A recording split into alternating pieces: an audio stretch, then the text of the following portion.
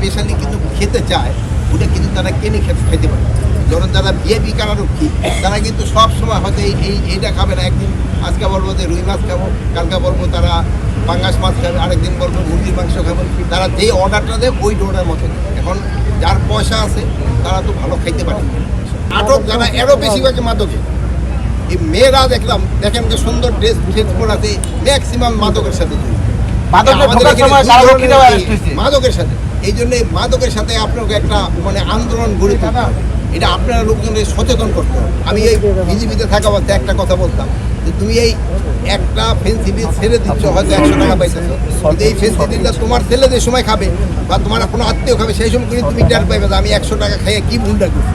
এরকম আপনার কিন্তু গণসচেতনতা করতে হবে। এটা দিয়েই করুক না কেন, এটা কিন্তু সমাজের জন্য সবচেয়ে বড়। আমি বলি তো সমাজের দুইটা, একটা হলো মাদক আর একটা হলো এই দুটো যদি কমে না, আর কারারক্ষীদেরও কিন্তু পানিশমেন্ট আছে, এরা যদি এগো কিন্তু ছাড় বরঞ্চ এখন ডাবল পানিশমেন্ট দেওয়া।